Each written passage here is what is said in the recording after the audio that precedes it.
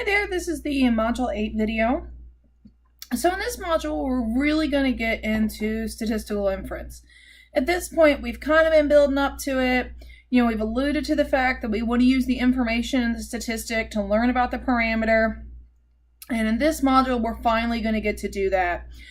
So I know that last module was tough, working with those normal distributions and those sampling distributions. And so I just wanted to, first of all, say that I'm just really pleased with you all and, keep up the great work. And so now what we're going to do is take all those things you've learned and we're going to kind of pull them together. And so in this module, what we're going to introduce is the idea of the central limit theorem and confidence intervals.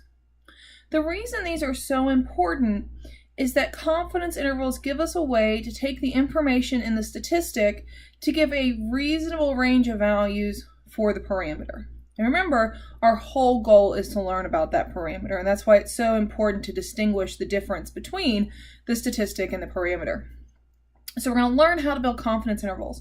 And one of the things that I've really tried to do in this note set, as well as in your worksheets, I want you all to realize that you've actually already probably seen confidence intervals when you read news articles, and you look at results that have been published from studies and claims that are made, and probably never realized it before.